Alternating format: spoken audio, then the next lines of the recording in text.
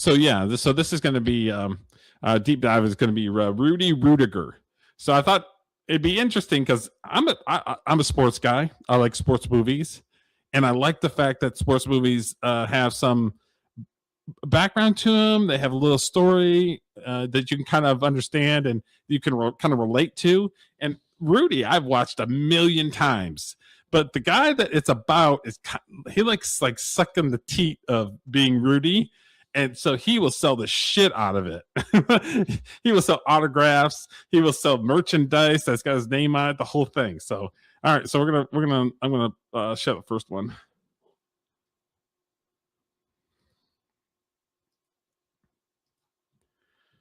All right.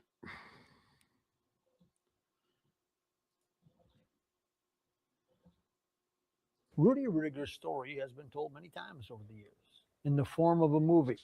The title, Rudy. Many of you have seen it. I have seen it a million times. I love Rudy. Rudy Ruettiger's story has been told many times over the years in the form of a movie. The title, Rudy. Many of you have seen it. The kid who grows up dreaming to be a Notre Dame Fighting Irish football player. He has to go to military and then a junior college before he's accepted at Notre Dame. He becomes the most famous walk-on in the history of the game. I sat down with Rudy Ruettiger to talk about the movie, his life, and the advice that he gives student athletes. Rudy, let's start with the questions that you've answered 900 times 900 in your life. times. You're sitting there one day and you get a phone call and somebody says, I want to make a movie on your life? No, not true. What happened? How did it happen? I watched the movie Rocky. Yeah. I got on a plane and went to Hollywood. And who'd you show the script to? I had no script. You had an idea? Just an idea. Wanted to start talking to people. The first guy I spoke to, you might have known this guy, Body by Jake. Mm-hmm. Jake Steinfeld. Yeah, the big man. Yep. Yeah, and I walked in this restaurant and I asked the maitre d' any producers. He says, yeah, there's one back there in the corner. He said, it's Jake Steinfeld. So you go to Body by Jake, who's doing infomercials. This guy's really going to help you? Yeah, I remember. Okay, I'm listening. Body by Jake. I said, If I was doing just infomercial about the Body by Jake, and this guy walks up to me, I'm like, do you know what I do for a living? I do shitty fucking workout videos and like supplements and all kinds of shit. Shout out to Rudy, by the way. He was actually in the Navy, so thank you for your service, Rudy. And sooner, it was kind of like I allowed him to do his thing, and I kind of scoochied over by him and introduced myself. We started talking like you and I are. And he's from New York, and he's an underdog. So I started telling my underdog journey to Notre Dame. He liked it. Just said, that's a good story. I said, thank you. And that kind of like started it. Okay. You got a positive feedback from someone. And he kind of connected my story to his journey, if that makes sense. So I started thinking over the years, it's not about me. It's about other people. And if we can make the movie, the story that other people connect to that journey would help them fulfill their goals and dreams. And that's what Rocky did for me, the movie, because he had so many wonderful messages in that movie. Yep. Do you think that in some respects, most kids are better off for life if they go through your journey, where you're maybe not the star player, the most gifted, but you learn to be a grinder? That's a great question. I just got the Valor Award from the Navy called The Underdog, and that question was asked to me, and the way I answered was this. I said, you got to strip away your entitlement and earn through merit, and you'll be a better man. Nothing's free.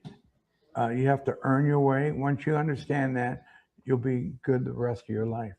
And I think kids today, because what's disturbing is all this money being thrown around to these kids now.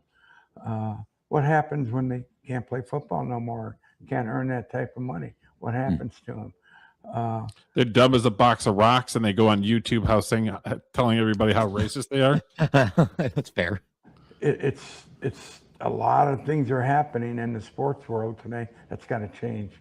And unfortunately, because of TV money and all this, and that's where the industry was in Hollywood. It was all about what movie can we make more money on? Yeah. And I said, well, I'm not sure if my story would make money, but you have a good story. I kind of latched onto that. And How much did it make? oh, It's still making, but it's still making. They don't tell you. a lot is the answer. Yeah, a lot. Yeah, who's they? But Yeah. it gave you a platform Who is they? to deliver the message that perseverance pays off. Hope. You got to have a dream. You got to have hope. You got to have realistic goals. You got to have goals that you could reach. You got to do the little things that make sense to you to get to the big goal. And all these things are important. And that's what we wanted to bring out in the movie. Academics, I didn't do well in high school because I had a learning disorder. So I had to go get help. But I got help through the military. When I joined during Vietnam, during the Vietnam War, my dad was a World War II veteran. He did the 22 missions on the B-17 bomber. You know, it's fun. I met Rosie the Riveter that riveted his plane a couple of weeks ago in Washington when we did the Valor Awards. She was 101 years old. So you just never know who you're going to meet later on in life by taking that choice, making that decision, making that choice to do better. And I knew the Navy, I had to join to do better because I was stuck. And when you're stuck, you need to go out and find yourself, who you are, what you are, and earn that. And that's what the military did for me. It made me a believer in Rudy. But if they said realistic wouldn't be ever playing in the field at Notre Dame, and you did it. Well, realistically, they were right because I was not a candidate for the football team. And walk-ons, they really didn't want, and they had 85 scholarships. But because of the military, Era was Navy, ex-Navy. He honored the Navy. He honored a military kid. I was a junior when I walked in, so he allowed me to walk on as a junior. He didn't ask me how fast I ran. He knew I had character. Maybe this kid has something to offer the team that we need. Hard work pays off. Get better, pays off every day. You don't have to be the best, but contribute to. See, the movie doesn't even talk about him being in the military. He goes to the college next door for 2 years, and then he finally gets accepted to Notre Dame. Yeah, he went to another Holy Cross college, something, Holy something or other. Literally, like right next door, Holy Cross. Yeah. What's interesting, what I learned today is that he did apply to Notre Dame, but his grades were too low, and he was saying it's because he was dyslexic. So, which was odd because he joined the Navy and became a yeoman in the communications department, which I was like, wait a minute. Dyslexia communications department. I don't know if that's a good fit, but I'm just joking. I have a lot of respect for the man for being in the Navy. But when I was doing my research, I also learned that he grew up in a family. He had 13 siblings, this guy. 13. Yeah. Holy smokes. Huh. The team, that's what we need. And he saw that. Did you get beat up a lot in practice like in portrays? Probably worse than what you thought, because they didn't take, look, the problem with a walk-on, they don't want you there, okay? Because they don't want you there, they do everything to get you out of there. And the more you volunteer for stuff, I was okay because I've been through boot camp, been through the, Mediterranean, North Atlantic. I was, fighting the Russian and whatever. I can deal with this. My life is kind of like, hey, you have to kill me before I leave, that type of attitude. I did not fear that type of punishment. So I was willing to take it. And because you kept yourself in shape, that helped. So, but that inspired other players. Why is this kid out here? The coach He's knew that, never right? going. He said, The coach you knew send that. a message to the other guys that got the gifts, right? Well, Devine would always bring that up at practice. Be more like Rudy. Coach, be quiet. No. Oh, that pissed me off. If somebody's like, "Be more like this guy." Fuck Yeah. you. That guy? Okay. So we'll go back to this one. I've got a couple of ones that will kind of give like a different perspective of this, because right now we just have his point of view, and he likes Rudy. So far, he's a likable fella. He seems like a nice guy. Oh, here comes Joe Montana, Notre Dame alumni. Like the movie Rudy. It's a movie, remember. Not all that's true. In 2021, the former starting quarterback for that 1975 Notre Dame team, Joe Montana, appeared on The Dan Patrick Show to debunk several iconic moments from the film, revealing that many of the scenes fans cherish never actually happened. For instance, the heartwarming moment when players laid down their jerseys in support of Rudy. I want Rudy to dress in my place, Coach. He deserves it. Me too, Coach. I want Rudy to dress in my place. According to Montana, it never occurred. The emotional crowd chant of Rudy that echoed through the stadium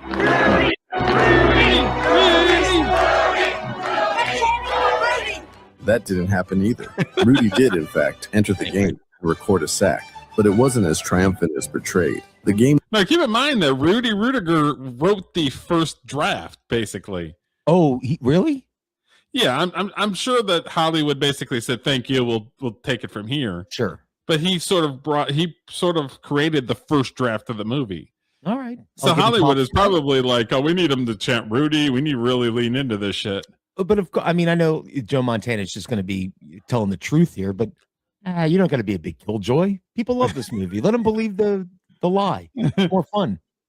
Was already decided, with Notre Dame leading 24-3, and it happened on the final play, which makes the moment borderline unsportsmanlike.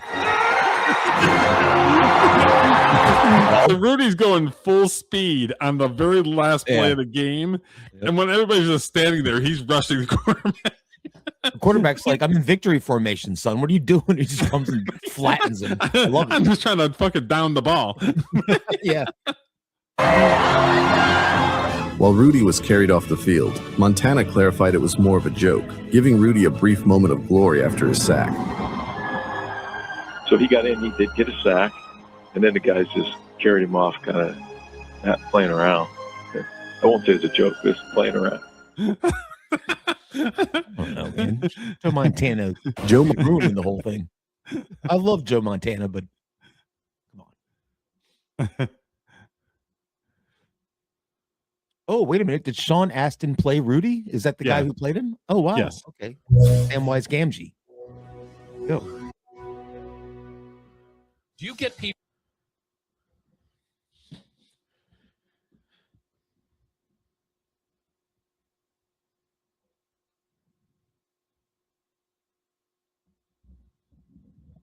I got to say, I'm impressed that Hollywood managed to make such a popular movie out of such kind of a nothing story, sort of. Yeah. You get people coming up and like, how serious do they take the Rudy movie? Because my guys were upset with Joe Montana when Montana said, a lot of fiction in the movie Rudy. And my guys were upset with Joe Montana.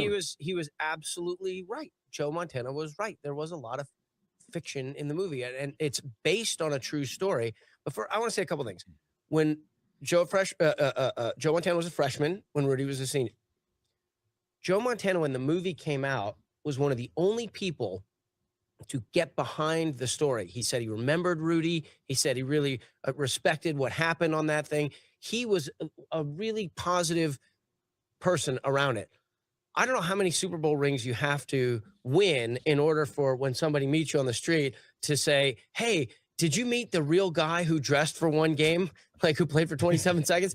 Like, I think Joe Montana has every right to put a little bit of context around the movie because he's a real person and he had a real experience. The movie, Rudy actually put out, when the movie came out, a list of things that were absolute creative license.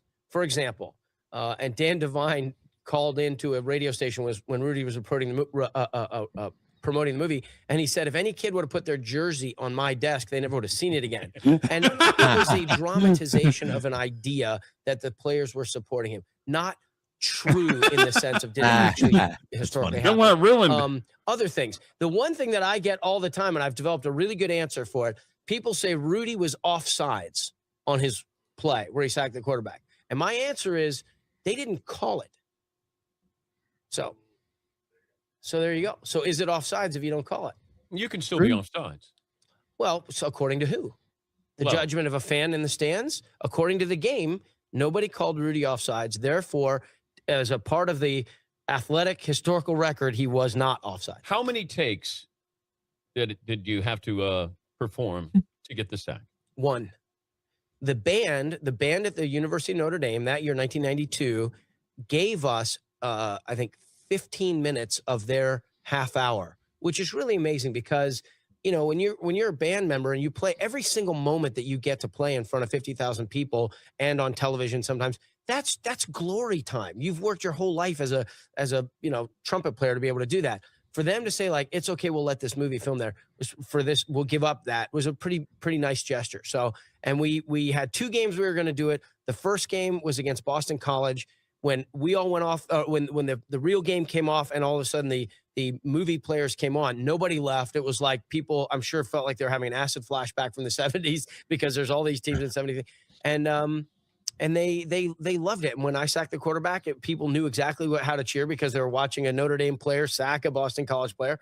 And then the next weekend against Penn, it was snowing, so it wouldn't have looked the same. So they could only use the footage from the other game. But I got to watch Jerome Bettis score a touchdown in the last seconds of the game in that game, and it was like, you know, it was pretty Well, there's special. pressure, though, for an actor with one take to do it, because normally they'll say, do it again. If you slip, if you screw it up, if you miss the sound. I mean, that's just you being an athlete is what it is, Sean. All right. Yeah. I mean, you're a pro's pro. He's like, There were butterflies. I'm not going to lie. But, yeah, you have to – look, if you do a live television show, you're live. Like, so we had a live football scene, and you got to – That's what this is it was every a game. day, It was a game. I know. 3 hours a day, 5 days a week. Yeah. Dan Patrick crushing it. Yes. I'm sort of the Rudy of sports. Yeah, you're more like the Joe Montana. More like Joe Montana. Like the Joe Montana. Nice one. Go, Rudy, go. That must have been awesome to act in that, like walking on the field right after the game's over and you've got a crowd full of fans that you're acting in front of. That sounds fun. Well, they basically, they basically took a halftime. They already had the actors dressed up, and they just ran them out, ran a couple plays, set their cameras, do their thing, and then ran off the field, and then the game resumes. Yeah, I'm just saying that must have been cool. Yeah, and they probably had to do some sort of release or something at the door, so the fans already knew what was going on. Hopefully they gave the band some money for giving up half their routine. Poor guys. I agree with Sean Astin is right. Those poor guys were rehearsing for months, and they're like, really? We have to give up half of it? Whatever. I went to college at Georgia Tech. I was there from 72 through 75. I was a tight end and wide receiver. I started my last 2 seasons. As I remember, it was as big as I thought Notre Dame football would be. The stadium was filled. You know, it's just a huge bowl. It was everything college football was supposed to be about. We're down 24-3. We just come out on first down and say, okay, let's throw one deep. Their secondary had dropped back, and they were playing 20, 25 yards deep. So I just remember sprinting as hard as I could to get to the ball. Steve Rabel came in and knocked the ball away from Lopinski. Rabel got a hand on it. Lopinski was all set to intercept out at the Notre Dame 40. But since I got out there and knocked it down, Notre Dame had another chance. And so Rudy Allen goes under center, drops back to throw another pass, and he gets hit from the blind side. And little did we know that was Rudy. It's kind of fun for me to know that I had just a little part in that, had that player for Notre Dame intercepted. They run out. I just think it's funny that, like, it was literally the last play of the game. Yeah. It didn't mean a damn thing. And Rudy's over here acting like it's Super Bowl fucking 50. Yeah. Yeah, Rudy literally, he played 3 plays his entire Notre Dame career. One was an incompletion. One was like a run for 2 yards he had nothing to do with. And apparently the last play is the quarterback's like, well, game over. I'm just going to give up. And he gets nailed by Rudy, the villain, Rudy. The evil Rudy. Ball game is over. Rudy doesn't get in. I thought it was a really good movie, an inspiring kind of movie, which is reason enough to believe why Rudy's story held true for so long and still does.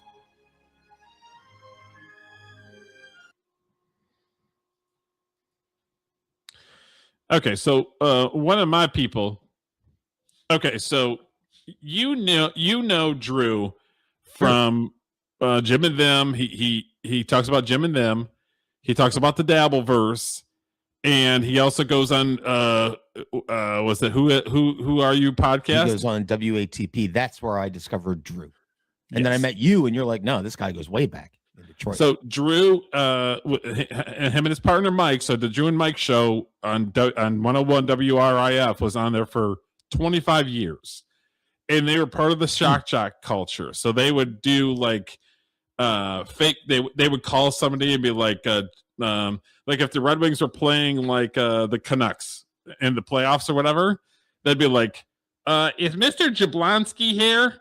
And so they're doing like prank calls where they're just like, would you blow me? Would you blow me there? And then you hear the person go, is there would you blow me there? Like you would hear the person in the background like yelling it. It's pretty funny. Oh, so they were kind of like the jerky boys / shock jocks. And Drew talks about that Howard Stern is one of his idols, basically. Yeah. Standard shock jock fare from back in the 90s. So they would do these Cliff Notes theaters. So they would take a movie and then smash it and give their own comic Cliff Notes to it. So they did a Rudy Cliff Notes. All right. Rudy. All right, seniors, take a knee. Guys, with the exception of Smith, Jones, and Cook, you seniors will be putting on a football uniform for the very last time. Because the rest of you losers, especially Ruettiger, aren't doing squat. Rudy, I've never seen such a crappy player try so hard. Off of the bus tour Notre Dame board here. Ruettiger, what are you doing on this bus? Oh, I want to go to Notre Dame. Rudy, this isn't a sightseeing tour. You're way too stupid to go to Notre Dame. But I've memorized every new Rocky speech. We're going to go inside. We're going to go outside. And we're not going to stop till we get over the goal line. Rudy, the key to life is to enjoy the gifts God gave us. You don't have any gifts, so I don't know what my point is. Get the hell off this bus. Oh. One day later. Hey, Pete, your Parsegian is speaking tonight. Want to go? Sure, since I'm the only idiot who believes in your embarrassingly stupid dream. Look, Rudy, I know I'm your brother, but what are you going to do? Wipe Era's butt because you ain't playing there. Shut up, Frank. If you had half of Rudy's heart, you could have been a great player. Coach always said you were a pussy. Yeah? Yeah. Yeah. Oh, yeah. Come on, go. Hey, break it up, you guys. Damn it, Rudy. This stupid dream of yours is causing everyone a lot of heartache. Notre Dame is for athletes, rich kids, smart kids. And you heard the other guy. There's a third guy that's doing the voices. He's his producer on the Drew Lane show on YouTube. Oh, so he's still around. Yeah. Okay, and then cool. Trudy, I don't know if Trudy's in this, but Trudy was his co-host back in the day. So it's Drew, Mike, Trudy, Brandon, and there's a couple other ones. So all these voices that you hear is on Drew Lane's podcast currently. Oh, nice. All right, cool. Yeah. You're Ruettiger. Mike passed away, I want to say about 6 or 7 years ago. Drinking, drugs, and then his health just took a shit, and he passed away. And he went by the Drew and Mike podcast for a very long time, and then he just kind of switched gears and just did the Drew Lane podcast. And then now they just roast people now. But yeah, so that's sort of like the arc. Yeah, actually, Drew Lane is very similar to. They do a lot of Corey Feldman stuff. Oh yeah, yeah. Ruettigers can have a good life. Hey, $5 an hour in a dangerous industrial plant isn't a bad life. Ruettigers don't go to Notre Dame. Ruettigers take it up. You would have a lot to talk to with Drew, because Drew is a huge Beatles fan. I have seen him wearing Beatles hats, and I'm like, that's my guy right there. He is like a super fan. You would just sit there and talk Beatles with Drew Lane. Hell yeah. The ass and deliverance and memorize speeches. Like he could tell you like who wrote it and the covers. Like it's insane how much knowledge he has. When he would talk about the Beatles on the Drew and Mike show, and everybody's just like, "Oh, Drew." Yeah. Because he would deep dive into like the most random shit when it comes to the Beatles. That'd be a good hang because I know who wrote what, who played what, and maybe one of us would have unearthed knowledge the other doesn't have to add to the arsenal. God, the plant blew up. Pete, are you okay? Rudy, I'm dead. Oh my God, the only person who believed in my dream is dead. I'm going to Notre Dame right now. Hours later at the guard shack at Notre Dame. Can I help you? Hi, I'm 23 years old and I'm here to play football at Notre Dame. I've got my life savings. Rudy. All right, seniors, take a knee. Guys, with the exception of Smith, Jones, and Cook, you seniors will be putting on a football uniform for the very last time. Because the rest of you losers, especially Ruettiger, aren't doing squat. Rudy, I've never seen such a crappy player try so hard. Off of the bus tour, Notre Dame board here. Ruettiger, what are you doing on this bus? Oh, I want to go to Notre Dame. Rudy, this is a sightseeing tour. You're way. Yeah, come on, go. Hey. Hi, I'm 23 years old and I'm here to play football at Notre Dame. I've got my life savings, $1,000. Hey, man, what are you, a Ruettiger? It's dark out. The admissions office ain't even open, you dork. Hey, kid, I'm Father Callahan. Can I help you? Yeah, I'm here to go to Notre Dame. How are your grades? Well, they suck. I'm a total idiot, but I'll study 20 hours a day. Ah, but Rudy, Notre Dame isn't for everybody. You're doing an Irish jig when the father of the Catholic Church I'm a total idiot, but dreamed of, and my friend just died and stuff. Look, laddie, I'll get you into Holy Cross Junior College. Probably you'll flunk out and I'll never have to see your stupid face again. Thanks so much, Father Callahan. I won't let you down. Whatever. 2 days later at Notre Dame Stadium. Hey, what you doing on that field? Touchdown, Ruettiger. I'm just getting the lay of the land, since I'll be playing here next year. Yeah, right. By the way, can I have a job? I'll work for free. After all, I'm a Ruettiger. All right, then. Minimum wage. You start tomorrow at 10. 1 year later. Ah, crap. I didn't get in. 1 year of eligibility as a fifth-string player. Down the tubes. Look, Rudy, you got your head so far up your ass, you just got a year of high-quality education. But Notre Dame doesn't accept transfer students. If I don't get in next semester, I'll never run through that tunnel. Damn. Dad, I didn't get into Notre Dame, but I got all B's. How about coming to a game next year when I'm on the team? That year at junior college hasn't made him any smarter, eh, Frank? Oh, what a dumbass. 1 semester later. Oh, I got in. I'm in Notre Dame. I get to ride the bench. Dad, Frank, I got in. Let me tell the guys. Hey, guys, my kid, the stupid one, Rudy, got into Notre Dame. Ruettiger got into Notre Dame. God, they must have lowered their admission standards. My 0 kid got into Notre Dame. Dad, I gotta go. Tryouts are this week. Yeah, and I'm playing QB for the Chicago Bears this year. 2 weeks later. Hey, Ruettiger. Yeah, Coach. You suck, and you're pretty thick, but you've got more heart than the rest of the team put together. I'll put you on the scout team if you promise you won't let up for the next 5 months. Oh, I won't let you down. But, Coach, if I never dress for a game, how will my dad know I'm on the team watching on TV? All right, Rudy, I'll dress you for one incredibly unimportant game. Well, thanks, Sarah. Nobody would ever believe I was on the team if they didn't see it with their own eyes. Yeah, whatever. The next season. Oh, no, Coach quit. But I'm sure he told the new coach about dressing me for one game. Of course he did. Even though you suck, you're the heart of this team. Later at practice. Hey, man, if you don't hit harder than that, Purdue's going to kill you Saturday. Gee, this practice and this dope thinks it's the Super Bowl. If you had 1/10 the heart of Ruettiger, you'd be All-American. After practice. Hey, Ruettiger, cut the John Wayne crap, man. You're making everybody look bad. Everybody's getting sick of. Why can't you be more like Ruettiger? If you don't like it, why don't you quit? Wow, Rudy, you really just taught me an important lesson. Thanks a lot. Let's see, it's the last home game. Am I on the roster finally?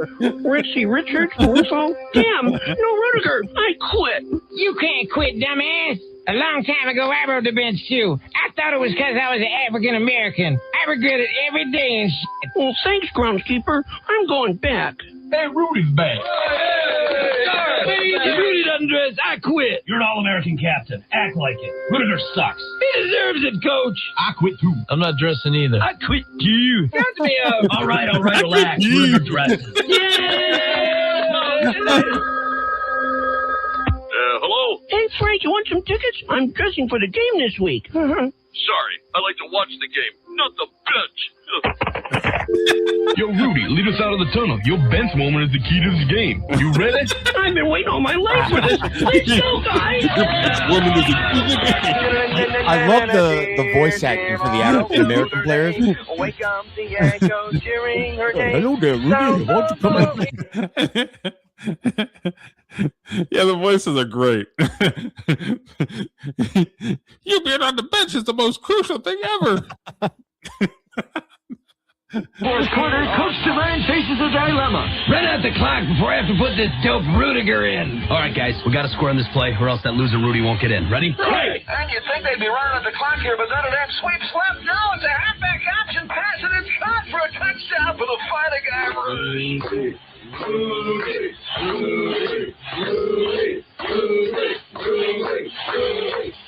chanting for our loser son, Rudy. I can't believe this. The whole crowd is chanting for our crappy kids. And the final snap, number 45, Ruettiger sneaks in and on his first and only play in Notre Dame history, Saxon quarterback. I saved him. Oh my God, they're carrying me, Rudy, off the field. I'll make millions. Motivational speaking career. A really great cliche movie. Holy crap. Since 1975, no Notre Dame football player has ever been carried off the field. And amazingly, Rudy's 5 younger siblings, all equally stupid, have graduated college. But they're really giving it to him. Stupid. Jesus. Hail Drew and Mike classics. Classic. All right. Is number 1. Notre Dame with a miracle win as a club.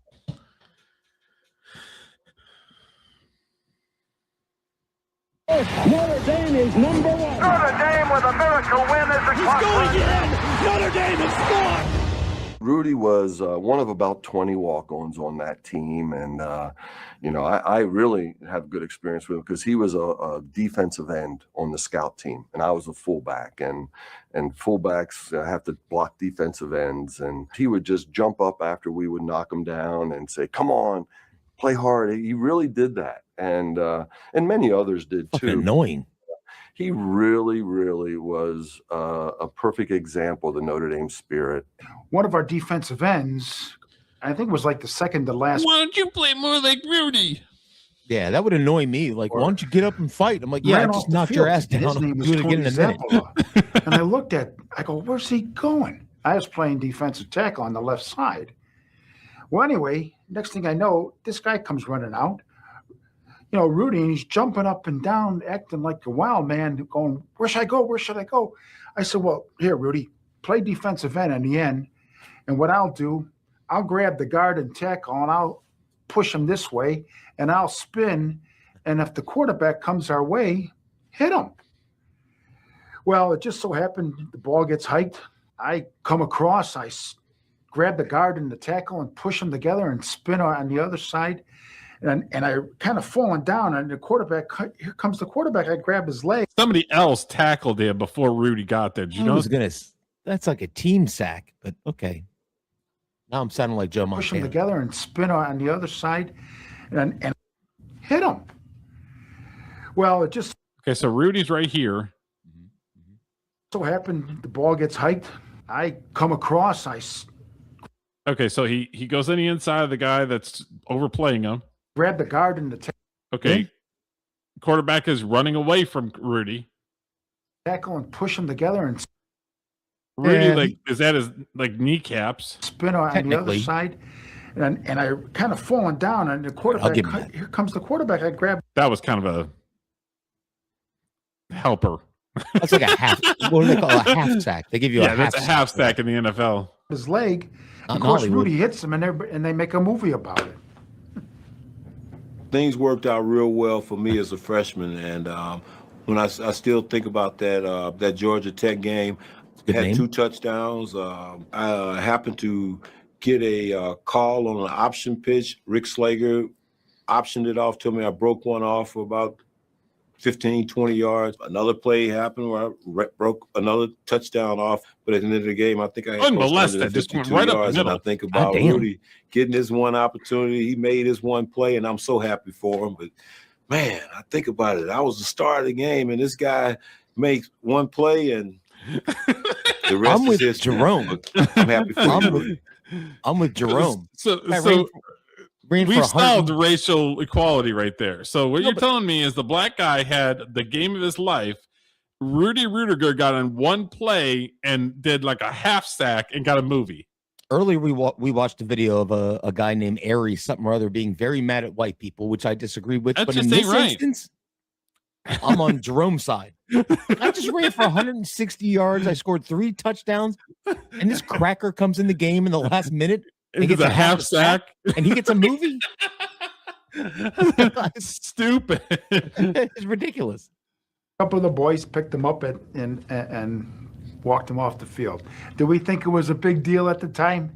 Not really. He did sack the quarterback. We did carry him off the field. No, that was a half sack. Because we were just you. happy for a teammate. Then to actually see it on a film, a full feature film, and you know, most of it's true. I always like to tease the one thing that's not true is I worked so hard to get my jersey. That scene where all the players were giving their jerseys back to Coach Devine and say, "Here, let Rudy wear my jersey." That wasn't going to happen. I worked too hard to get that varsity jersey and trot out in that field. Part of the movie shows the guys giving the jerseys down and walking in there. There was a guy played with us. His name was Pat Sarb. And it's kind of an interesting story because Pat did go in to see Coach Devine, but this was senior day and it was a great day for everybody. And so what Pat went in and saw Coach Devine and said, "Hey, I'm not going to play. I know I'm going to be, you know, on the sidelines. Could you have Rudy dress in my spot?" And of course, he agreed to do it. And actually, a nice little story about that. I think 20 some years later, his young son walked on and wore Rudy's number 45. And he played on the special teams for 4 years here at Notre Dame. Oh, that's cool. So it was a really unique story that carried on forward off of that. Should have worn his dad's number.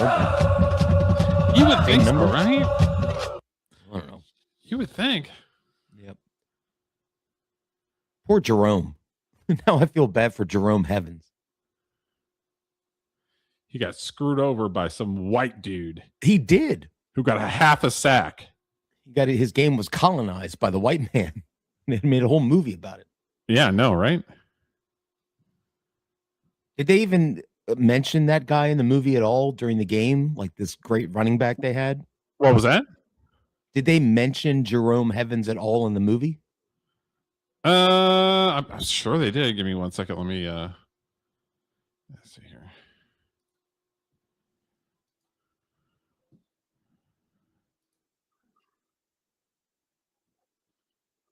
Rudy. No audio.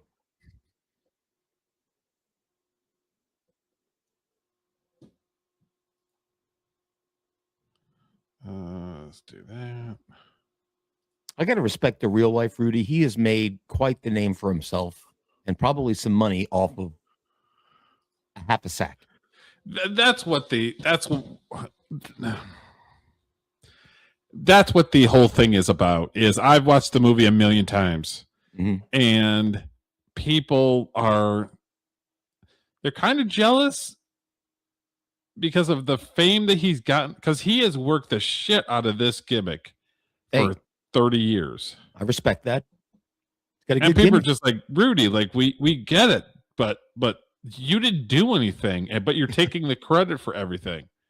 Like that running back who was the star player got shit on by some guy that didn't do anything. Well, I can't hate on old Rudy for working the gimmick. He's like a wrestler. You can't hate him for working the gimmick, but then it's like, at what point is the line crossed? Yeah. You know what I mean? Valor, I think they would call that. Yeah, it basically stolen valor. Today's a very special day. We have Rudy Ruettiger, not Sean Austin, the actor, the actual Rudy. ESNY has exclusive access. Stay with us. It's going to be interesting. We're going to talk to some of these fans. We're going to go in there, and we're going to talk to Rudy. Maybe get a little. It's an interesting hair choice. Never known before. I cry every time I see Rudy. If you don't like Rudy, if you're a Rudy hater, then I don't want to know you. Exclusive ESNY. Right. I mean, his hairline is way back, so he has to do something. You know, if he had a fatter head, like a slippery. Yeah. You know, he'd look like if he had a bigger head, he'd look like Bob's Big Boy. Remember the old Bob's Big Boy? Oh yeah, dude with the little curl on top. Good for him. Rudy Ruettiger, the real Rudy Ruettiger, 5'0", 100 nothing. According to the movie, what was Rudy's height and weight? 5'6", 165 pounds. 5'9", 160. I don't know. Oh, come on, I have guys. no idea. 5'0", 160. Oh, you got half of it right. That's half of it right. 5'0", 100 nothing, That's and not a Look damn at these speck of Italians. There you go. This is my You're people. 5 feet nothing. They love their football. 100 and nothing. Yeah. And you got hardly a speck of athletic ability.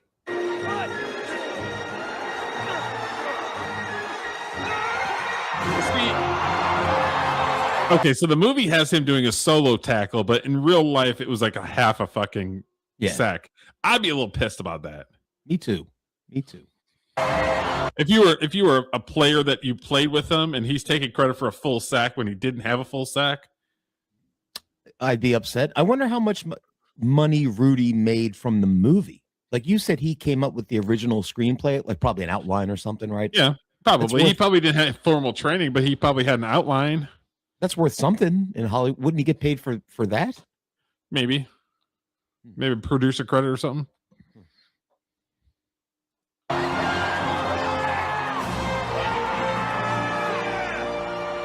All right, guys, we're out here waiting for the Rudy Ruettiger. How many times have you seen the movie?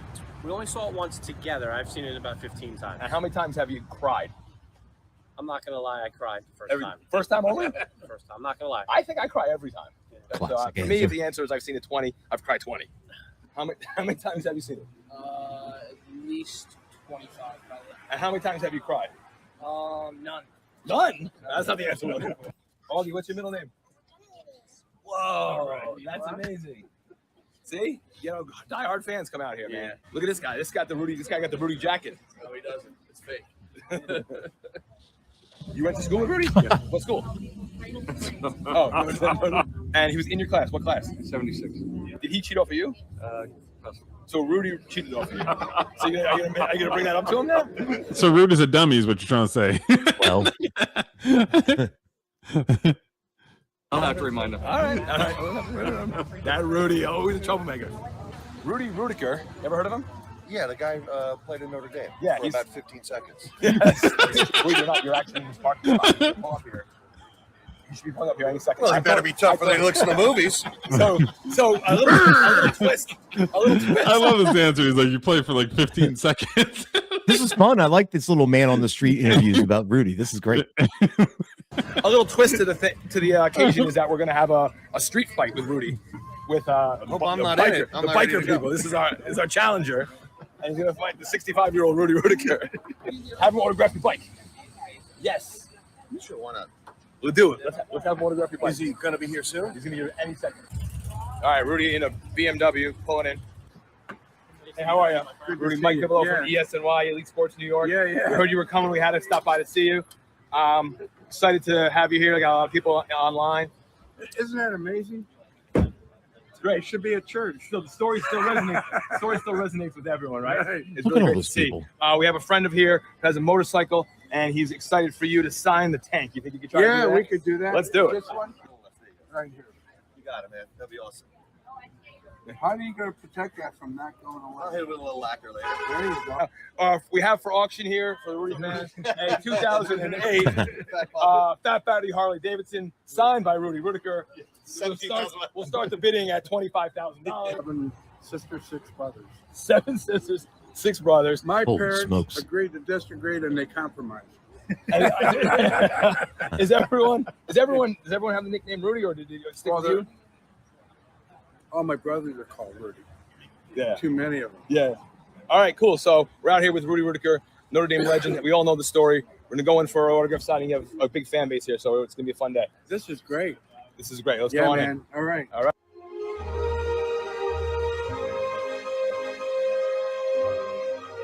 It's amazing that so many people lined up to get his audit. That's crazy. He literally is in the game for 15 seconds. Yeah. Yeah.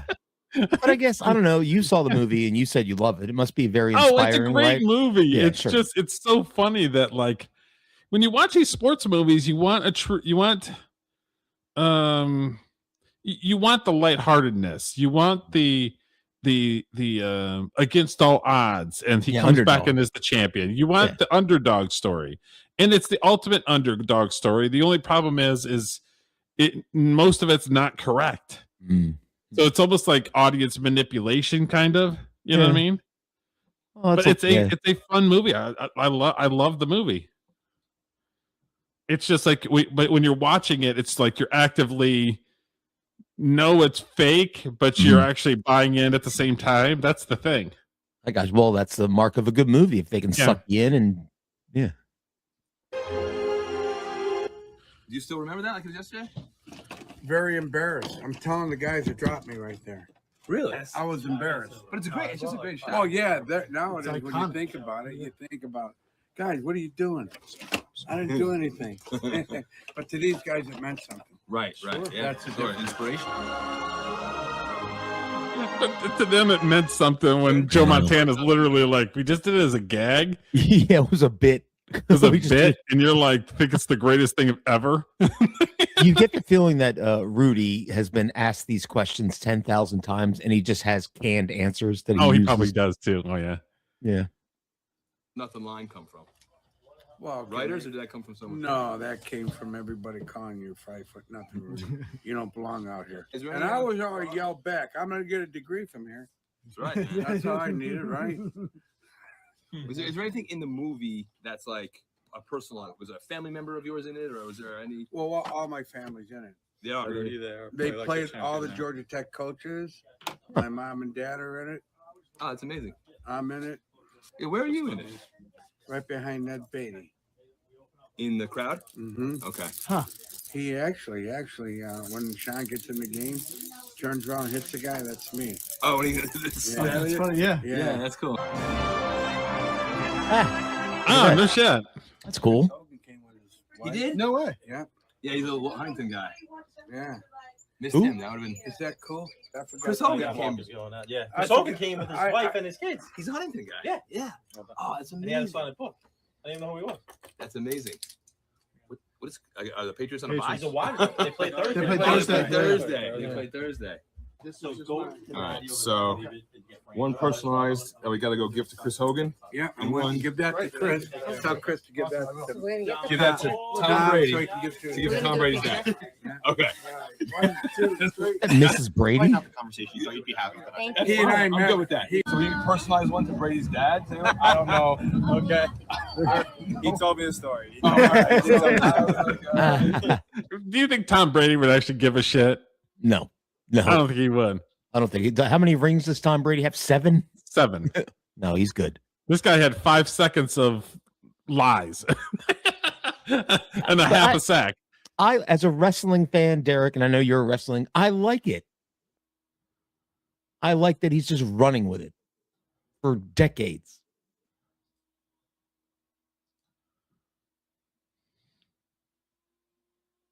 Back in 2 seconds.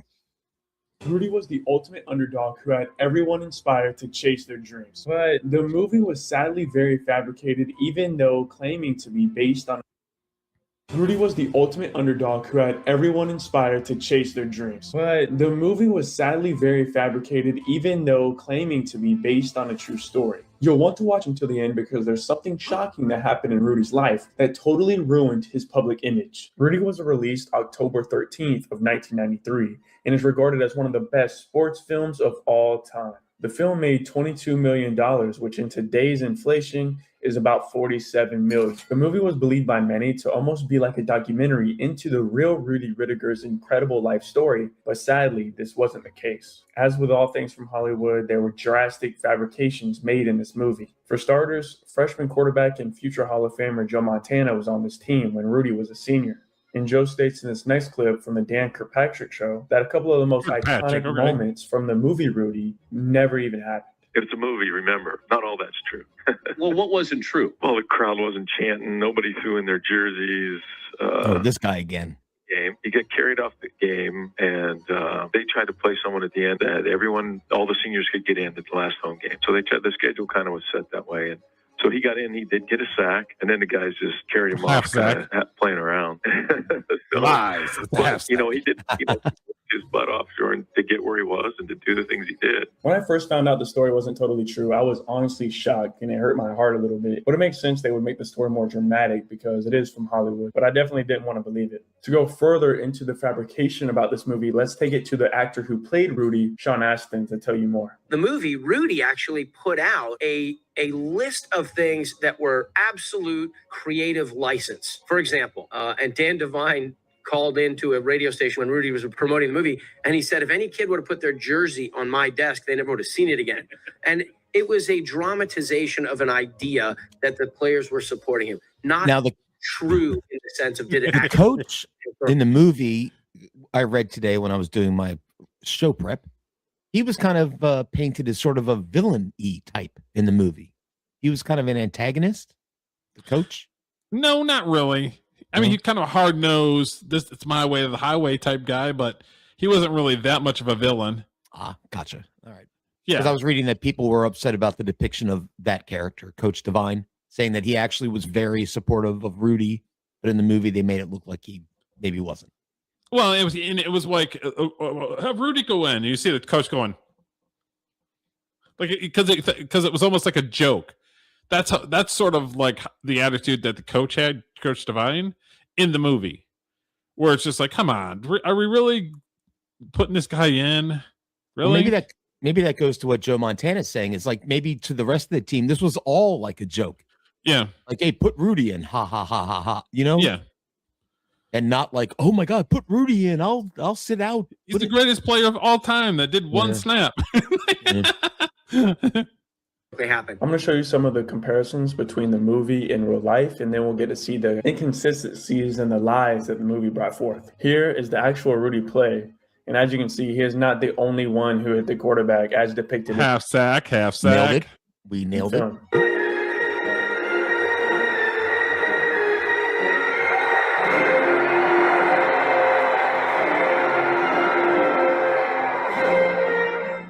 Here's what I guarantee you the producers or the directors like, okay, he's the hero. He has to have his hero moment. So they probably, because Sean Astin said that they had the game footage that they were looking at. Mm-hmm. So somebody probably pushed the fact that, okay, he's the hero. He needs to have his hero moment at the end. So we're not going to have him do the half sack. We'll just have him as a solo sack. All right. That was probably a creative thing that they were like, okay, we got to give him his props, basically. But as a movie guy, I mean, that's fair, right? You can't have the ending have a half sack. You got to, wouldn't work. I mean, depends on who you're talking to. If I'm writing a story about somebody, I want it to be relatively correct. Okay. I might tweak some things here and there, but it's almost for like continuity type things. It's not necessarily like we're going to go from a half sack to a full sack. All right. But you don't know if the studio stepped in and wanted that, or because back then Sean Astin was a huge name. So, I mean, obviously him doing Goonies and all that stuff, but he was still doing big movies back then. So they probably like, well, we need Sean Astin's going to have other movies out with us. So we want I gotcha.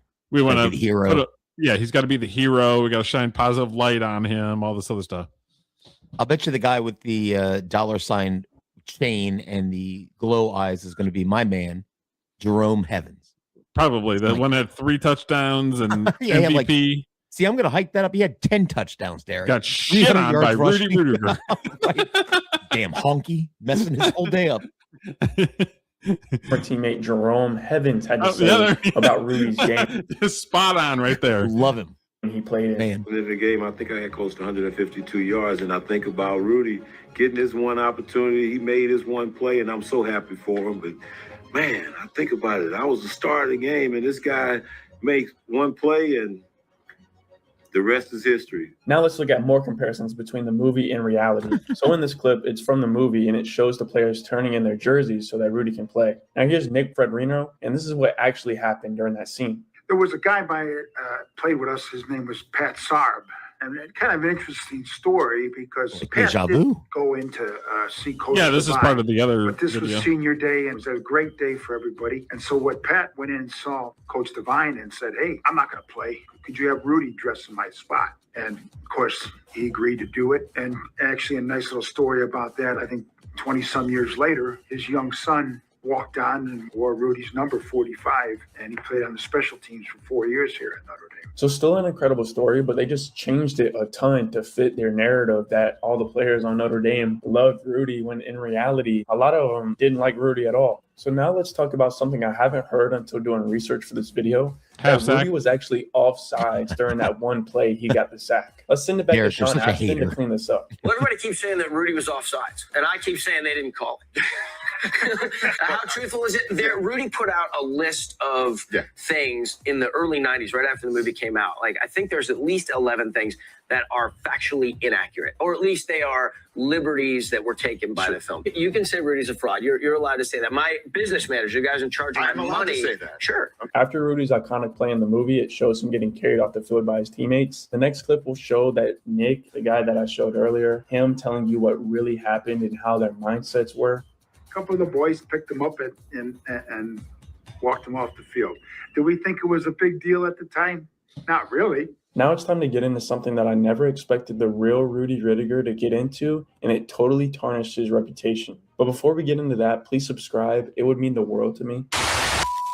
Well, I have some news about our old pal Rudy. So according to Forbes, last year, the Securities and Exchange Commission charged Ruettiger with securities fraud, alleging that he participated in a pump and dump scheme involving a sports drink company that generated $11 million of illicit profits. Ruettiger in December agreed to pay almost $400,000 to resolve the charges, which he did not admit or deny. He says the way Ruettiger tells it, he lost his way and became corrupted in the late 2000s, searching for quick fixes and tempted by easy money. Ruettiger says he borrowed against his expensive Las Vegas home and sunk the proceeds into building projects that failed during the real estate bust. According to Ruettiger, he lost all of the money in the housing bust that he had saved up from his career as an inspirational speaker following the release of the movie Rudy. After losing his shirt, Ruettiger says they approached with the idea of promoting a sports drink that would be branded Rudy. He thought it could become the next vitamin water, which sold to Coca-Cola for $4.1 billion back in 1997 when things didn't work out. A sports drink called Rudy.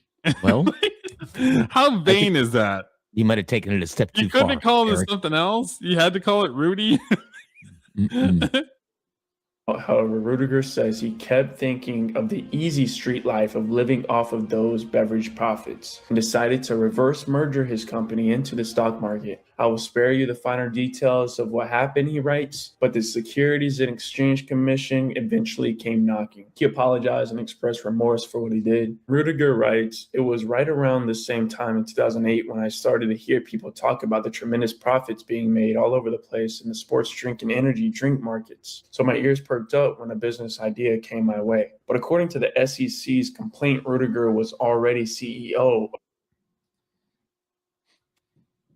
That's crazy. So he paid like $380,000 in fines to the SEC.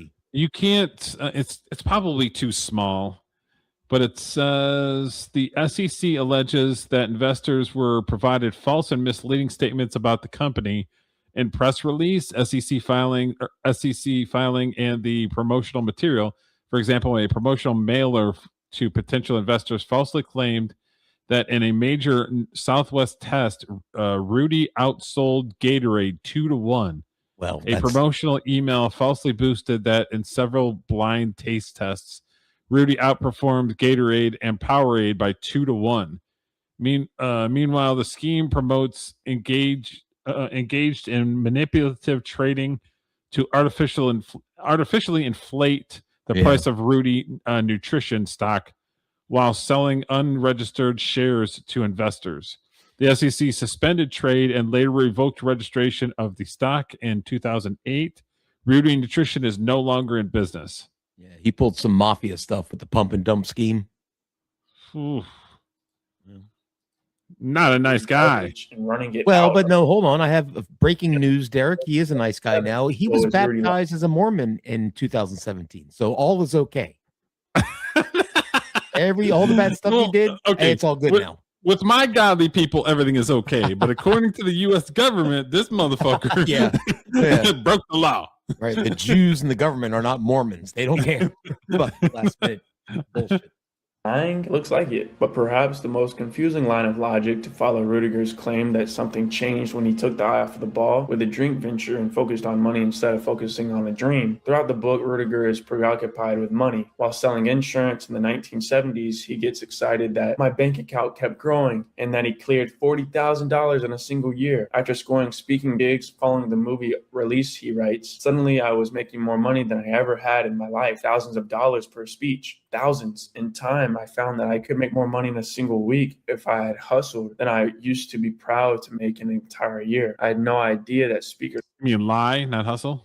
were paid so well when I got started. And I was blown away by the fact that I could get paid the same amount of money for a speech, no matter how long the speech was. Nevertheless, for Ruettiger, it was never enough. He claims during his speaking career, money wasn't his motivation. Rather, his motivation was to inspire people, and the money was a side effect. So as I know of now, Rudy Ruettiger is still speaking at events here and there. And I don't think he's gotten into any trouble lately.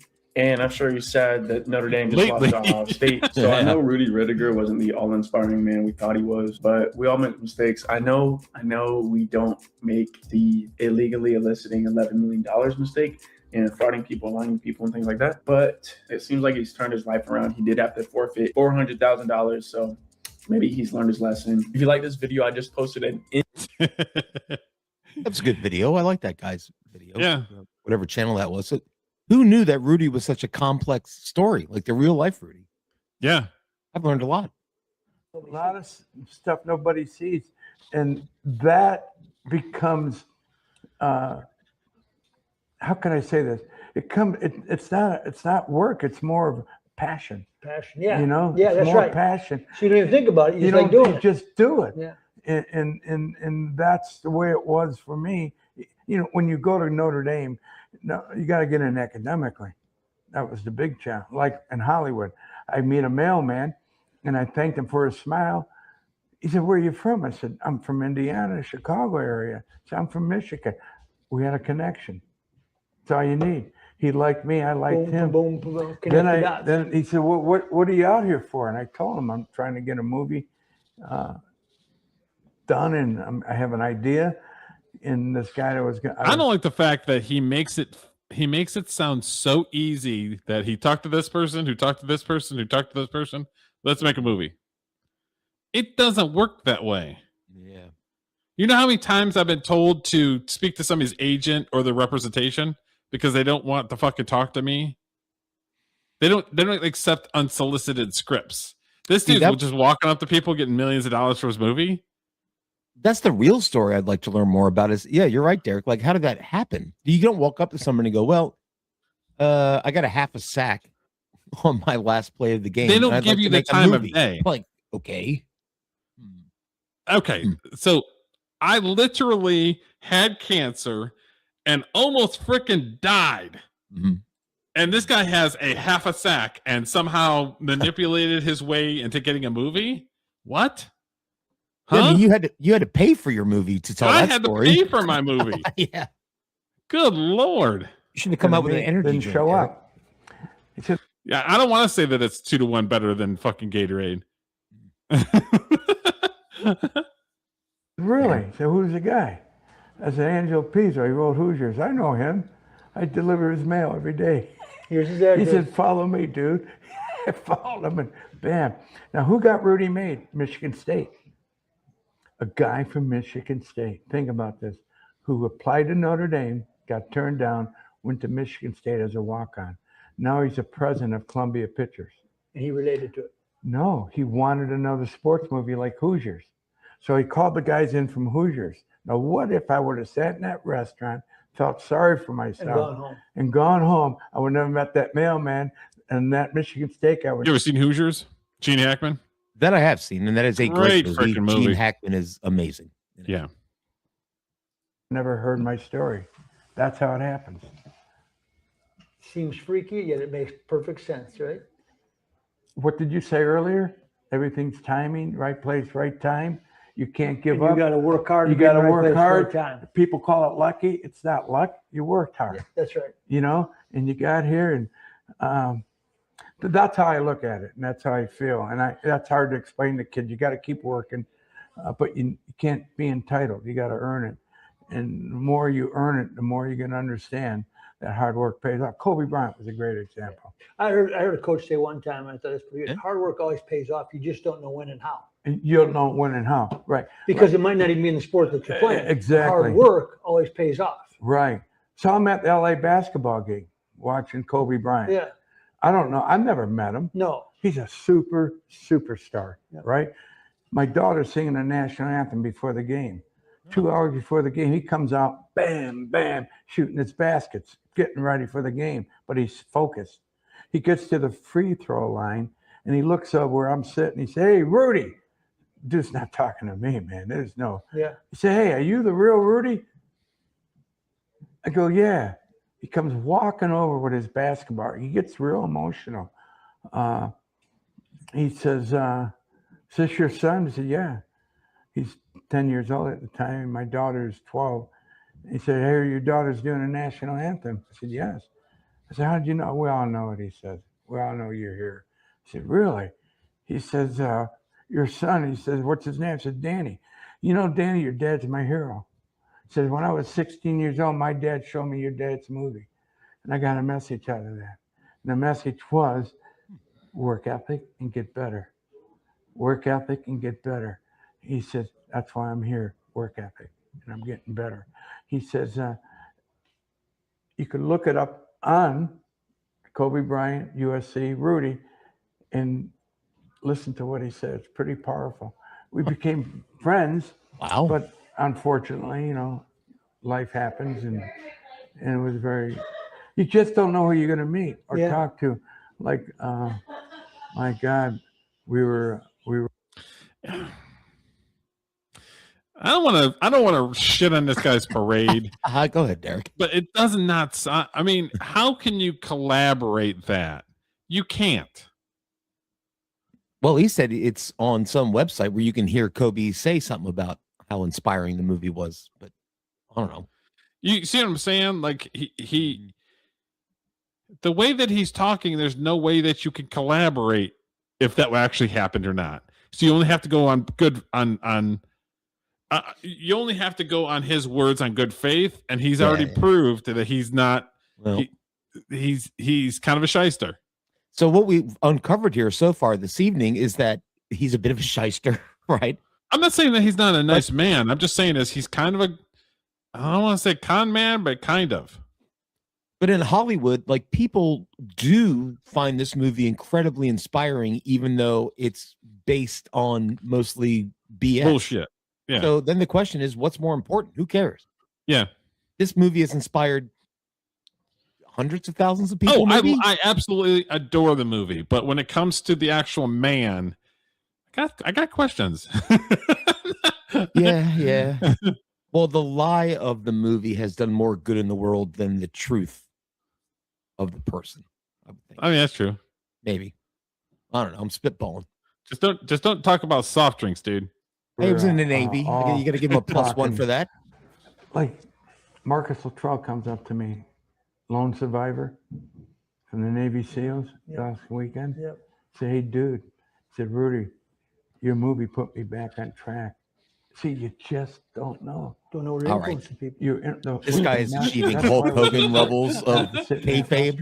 I'm sorry. It's just name dropping. I'm sorry. Yeah. I'm going to hell because I feel that all he's doing is name dropping. I got you. So I'm waiting for him to go.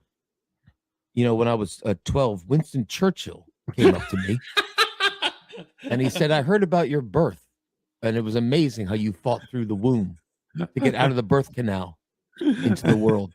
And it inspired me to take on Adolf Hitler." Thank you, Rudy.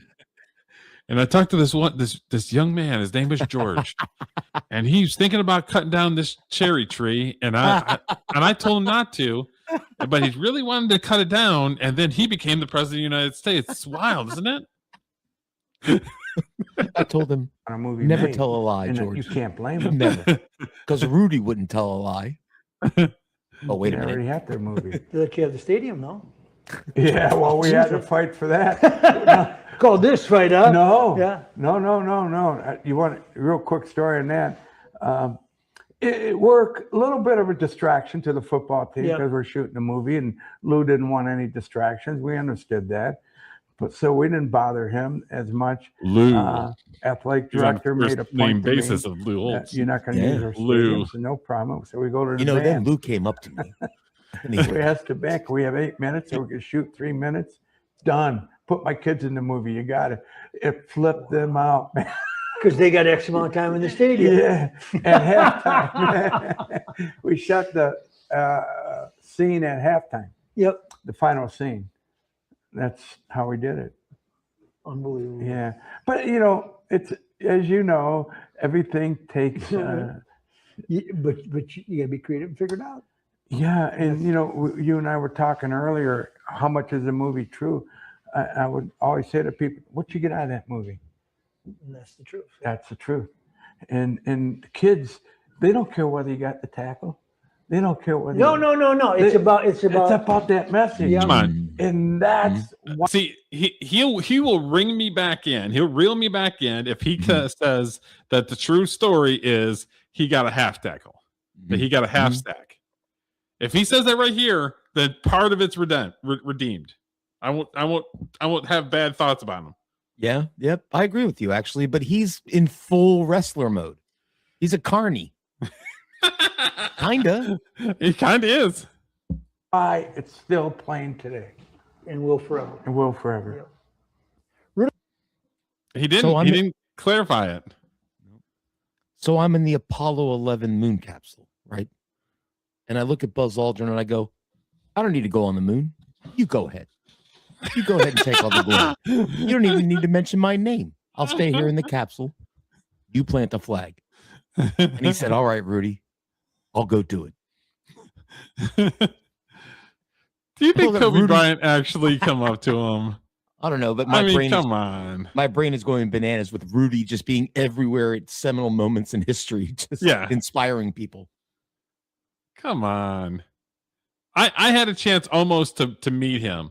I worked a nonprofit, trying to think what it was. I don't know if it was cancer or if it was something else.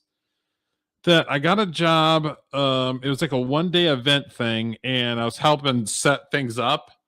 And then once the guests started coming, we got the hell out of the way. And then once it was over, we went and broke everything down. Yeah.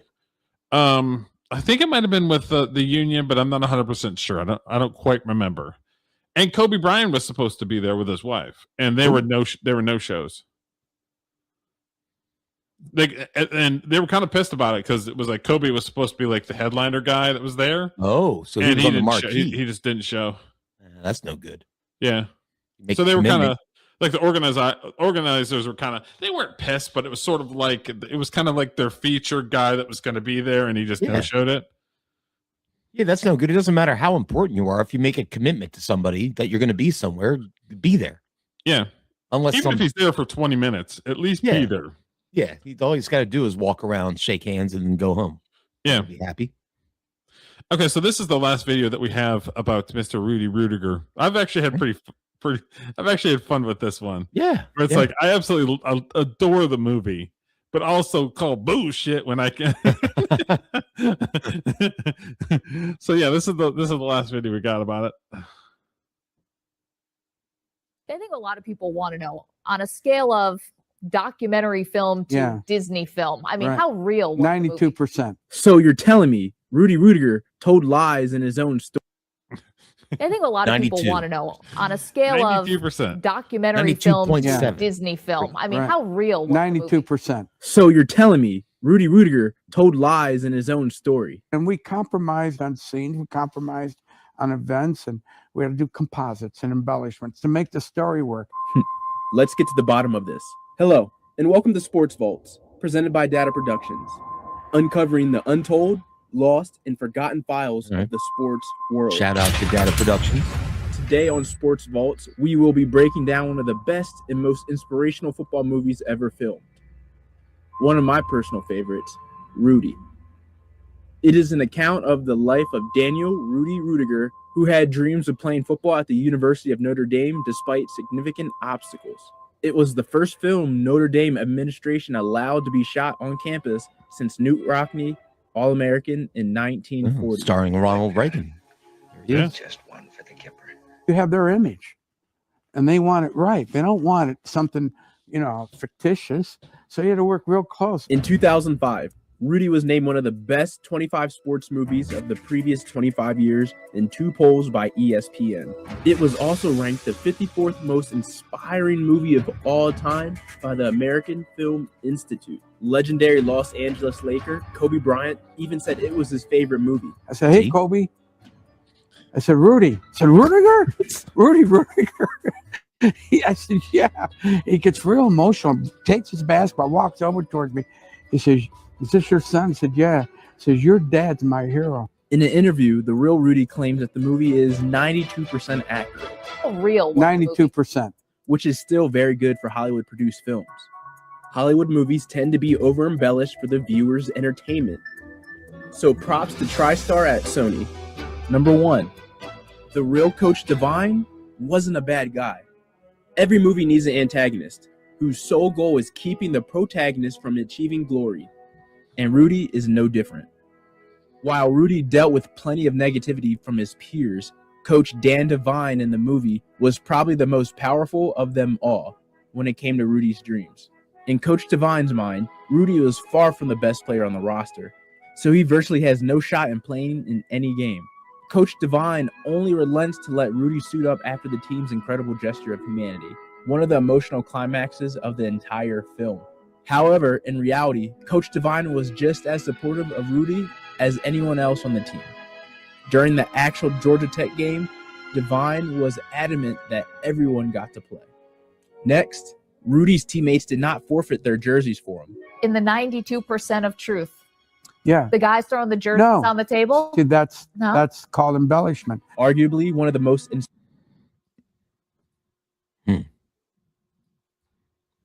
After watching that film, I come to understand if I could work that hard every day,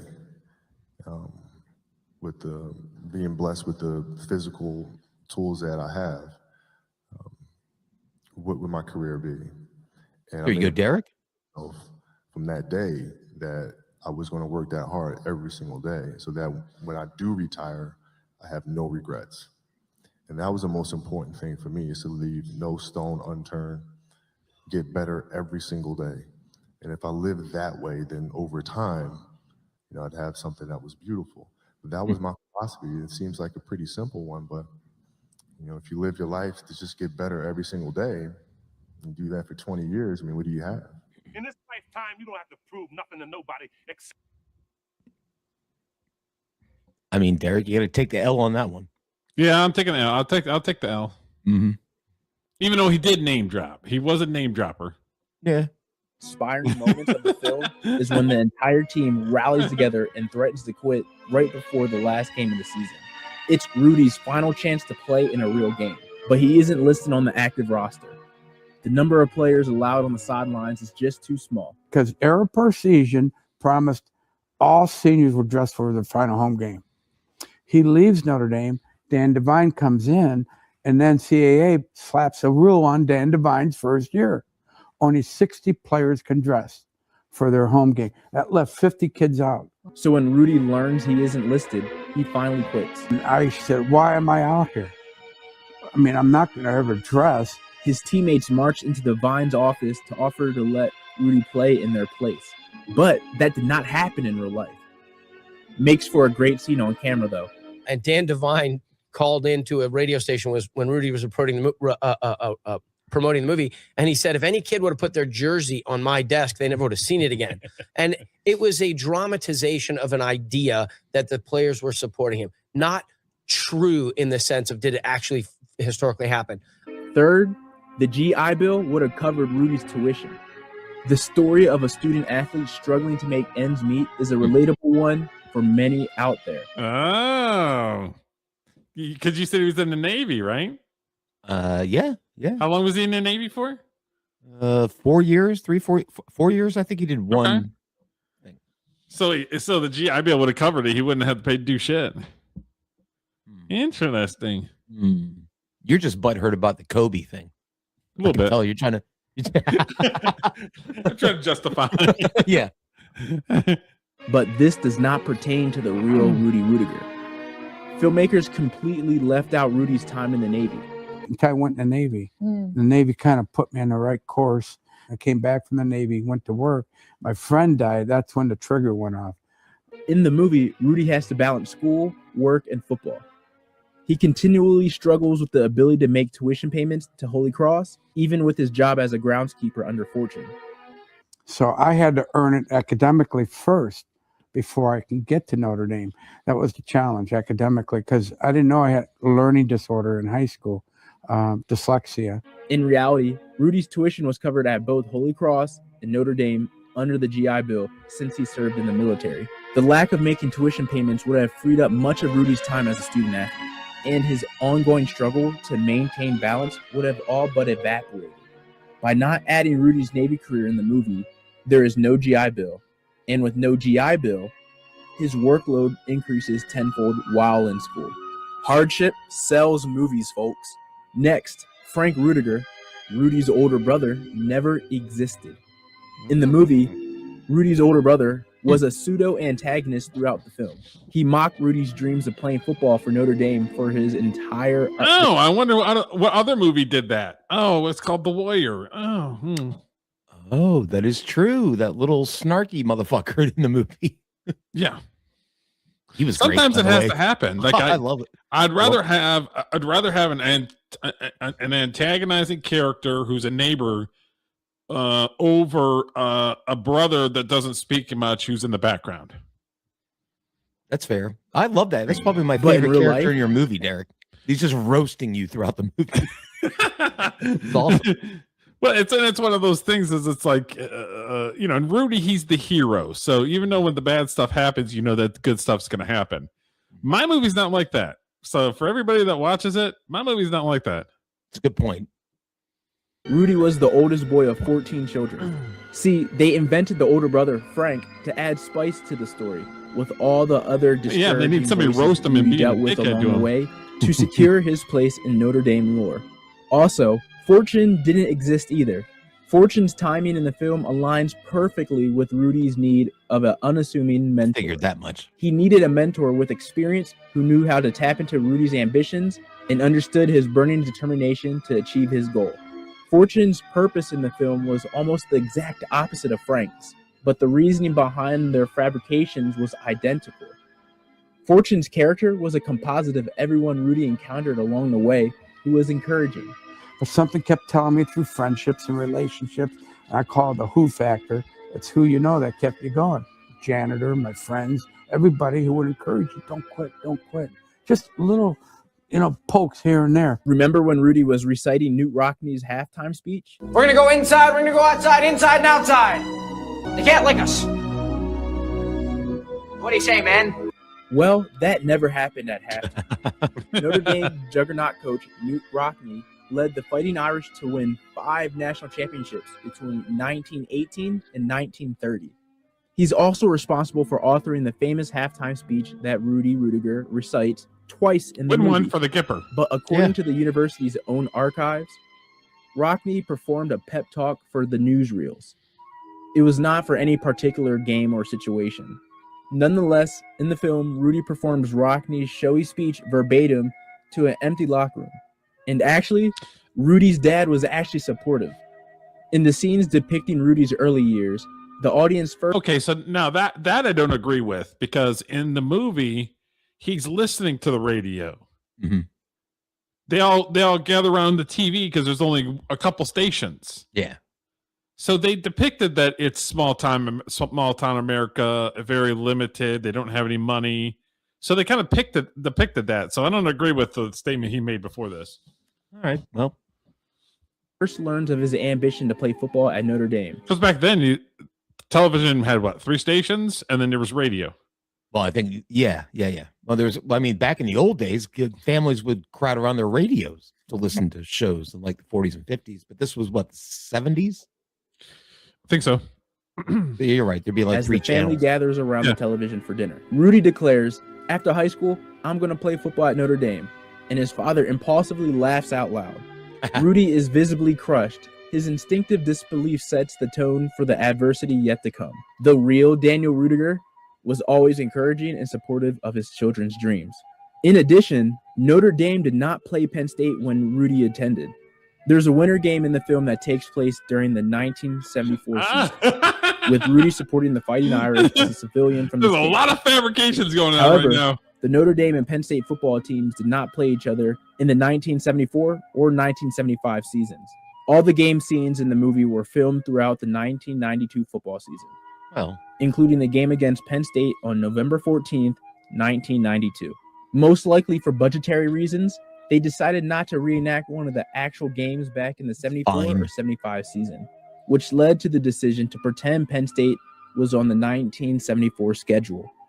Going back to the student-athlete time management balance, come to find out, Rudy was an avid boxer at Notre Dame, which led him to acquiring lots of clout for his won't-quit attitude. Looks like he had a lot more time on his hands than the movie portrayed. Notre Dame versus Georgia Tech was not the last game of the season. Technically, it was just the last home game for Notre Dame in the 1975 season. But the team played 2 away games in 2 consecutive weeks after beating Georgia Tech. The case can be made, though, that it was definitely Rudy's last chance to get in a game since he never traveled with the team. But filmmakers painted a picture where Coach Devine reminded the seniors right before the game, "It's your last one, so make it count." Apparently, seniority and experience do not translate to a spot on the travel roster. It was senior day for and a finally, home game. last but not least. Yeah, so that your friends and family can watch you on the field. So I'll let that slide. Yeah, that's kind of nitpicky. The fans did not cheer for Rudy until after he made his game-ending sack. And it was only a small section of the crowd who cheered.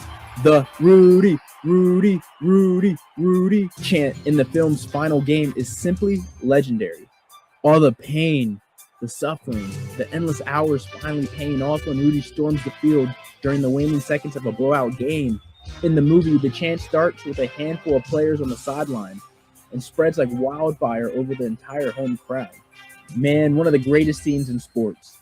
Even so, Hall of Famer quarterback Joe Montana says the scene where they carry Rudy off the field Montana said this was not portrayed didn't fucking accurately. happen. And in reality, he says, they kind of just were playing around. And unable to pass, they've just been unable to get back in this game.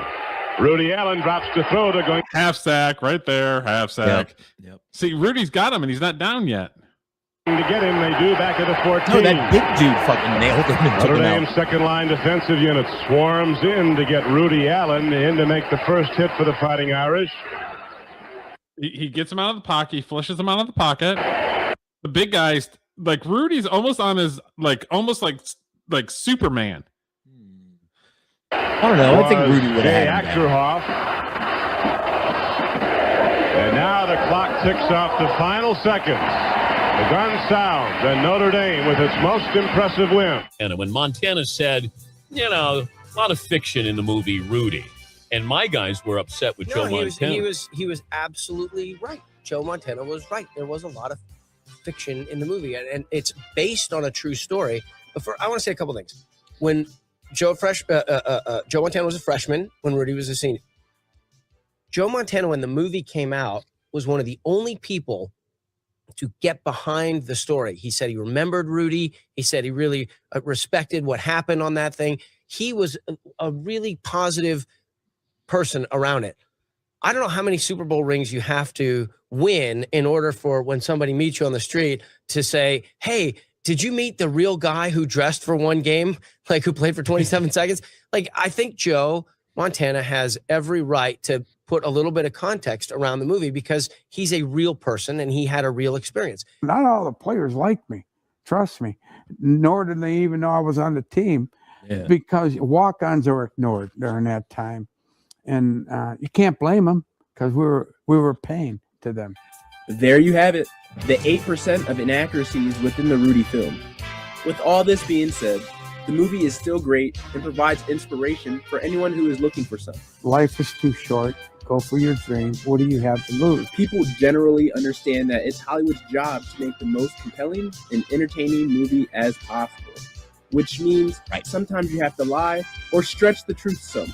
The movie, Rudy actually put out, when the movie came out, a list of things that were absolute creative license. Regardless, the movie will go down in sports history as one of the best. Did you have any idea when you set out to make the movie just what your story and the legacy of your story would be? I knew the story was everybody's story. What's your take on this topic? Does it change your view on the movie? Do you have any suggestions on what I should do next? Let me know your thoughts below in the comments and subscribe for more investigation. So, all in all, what is your thoughts about Mr. Rudy Ruettiger? I'm more interested in your thoughts, but my thoughts remain the same, is that he's like a pro wrestler and he's working kayfabe about a lie that he knows is a lie, but it's making him money. And his story, whether how it was depicted on screen was true or not, did inspire a lot of people. Kobe Bryant, for instance. Yeah. So overall, net positive. Although Rudy seems like a bit of he believes his own hype a little too much. Yeah, I agree with that statement. The movie is a great movie, and it's inspiring at the end, for sure. He came with an idea, and Hollywood basically Hollywoodized it. And he's taking an awful lot of credit for the 1/2 sack and the movie that was the idea was garnered by him, but it wasn't actually created by him. Mm-hmm. So he's taken an awful lot of credit for a lot of stuff that he did not do. So do you think less of the movie now that you've gone through this journey, or the same? Probably about the same, because I knew that a lot of the lure that was behind it about him fabricating some stuff. Mm-hmm. So, my opinion about the movie really hasn't changed. My opinion is about the person, the actual Rudy Ruettiger, has changed. Yeah. I didn't know anything about him coming in, and now I'm like, oh, he's a carny. Basically. Yeah.